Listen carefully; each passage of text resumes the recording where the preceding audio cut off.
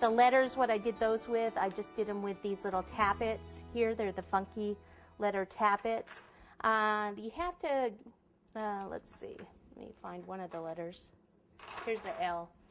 Okay, so you need to just roll it out fairly thin. Make sure you have cornstarch underneath it.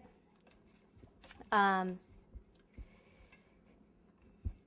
sometimes I let them sit. These are bigger tappets, so you don't have to.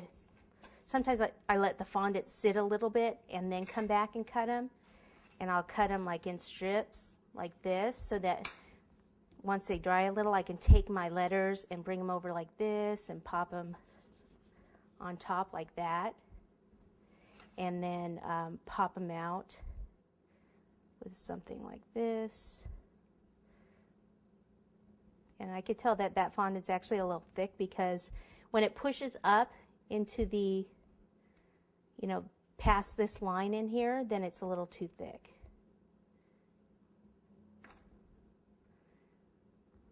Because you can see where it's like in here. So it should be even a little bit thinner than that.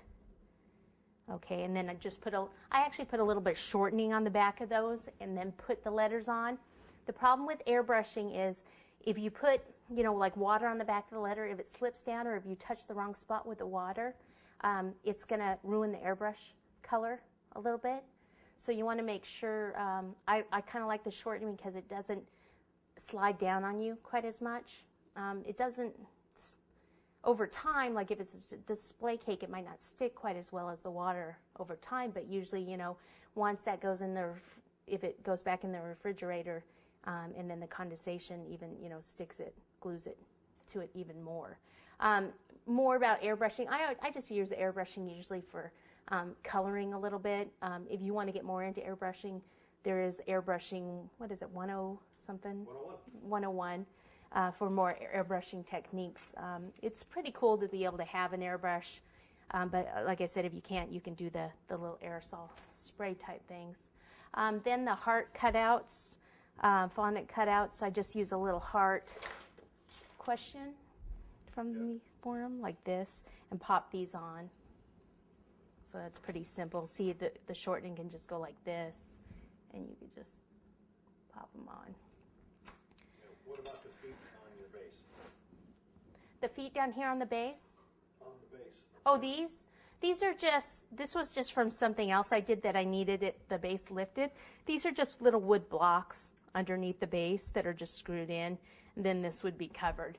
So on there, I didn't actually do anything down here besides put a tablecloth underneath it, just a piece of a plastic tablecloth, and then I just put some of this sparkly stuff. And look, now there's cake in there too. Just to cover up the base. But you, like I said, you could even have another cake here and have it coming out of a bottom cake that's maybe a gift package. That would be a really cute idea, but I didn't have time to do all of that. I mean, obviously I don't even have time to really finish this, but you get the whole, you know, just of how to do this, and the construction is really the main thing. I mean, it's pretty easy for fondant too. I mean, it's not, it might seem like it's hard, but just doing it in the sheet like that and lifting it up is pretty easy. It's a lot easier than trying to cover a cake.